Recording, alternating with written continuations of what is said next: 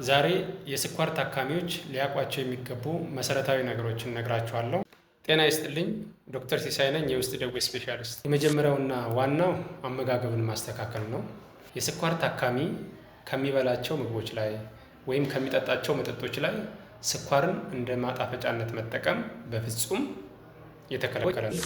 ብዙውን ጊዜ ለስኳር ታካሚዎች የምንመክረው የአመጋገብ ሜኑ አንደኛ ግሪን ቬጅቴብልስ የምንላቸው እንደ ጎመን፣ ቆስጣ፣ ሰላጣ ከፍራፍሬዎች ውስጥ ደግሞ ሃይ ግላይሴሚክ ኢንዴክስ ያላቸውን ፍራፍሬዎች በማስወገድ እንደ ብርቱካንና ሙዝ አይነት ፍራፍሬዎችን በማስወገድ ሌሎችም ማንኛውም ፍራፍሬዎችን መመገብ ይቻላል።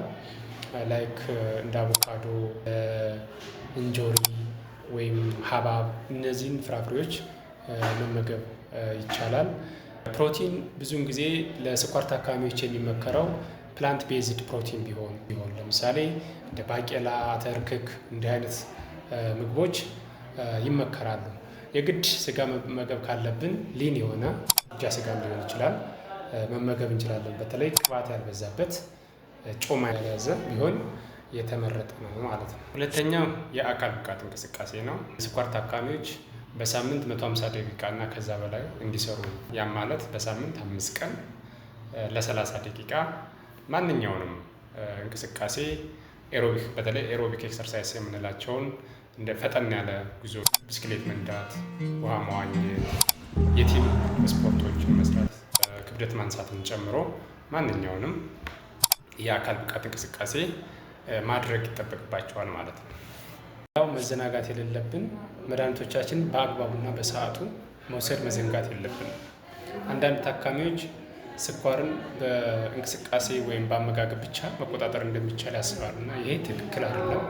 የእግርን ጤንነት መጠበቅና መከታተል ያስፈልጋል። በየቀኑ ሞቅ ባለ ውሃ መታጠብ፣ ቫዝሊን ወይም ፔትሮሊየም በመጠቀም ማሳጅ ማድረግ፣ እንዲሁም ምቾት ያላቸውን ጫማዎች መጠቀም፣ ማንኛውም አይነት ቁስለት ካለ ተሎ ሕክምናውን ማግኘት ያስፈልጋል ማለት ነው። ብዙ ታካሚዎች ስኳርን የህይወታቸው መጨረሻ አድርገው ያስባሉ።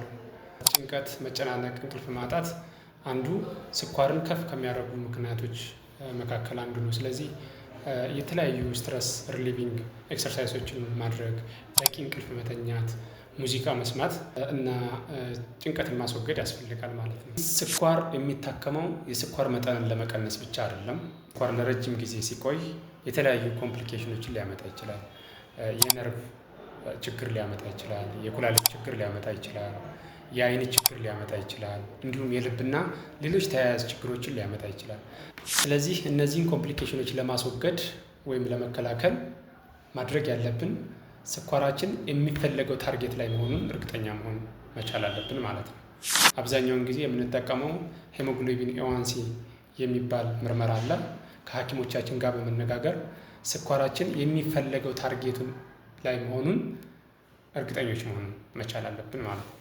አሳሳቢ ችግር ስኳር በተለያዩ ምክንያቶች ከመጠን በላይ ሊቀንስ ይችላል። ይህም የተለያዩ ምክንያቶች ሊኖሩት ይችላሉ። የመጀመሪያው መድኃኒትን ያለ አግባቡ መውሰድ፣ ሁለተኛው ምግብ አለመመገብ፣ ሶስተኛው የተለያዩ ተደራራቢ በሽታዎች በሚከሰቱበት ጊዜ ስኳር ሊቀንስ ይችላል ማለት ነው። ስለዚህ ምልክቶችን ቀድሞ በመለየት መስተካከል ያለባቸውን ነገሮች ማስተካከል ያስፈልጋል ማለት ነው።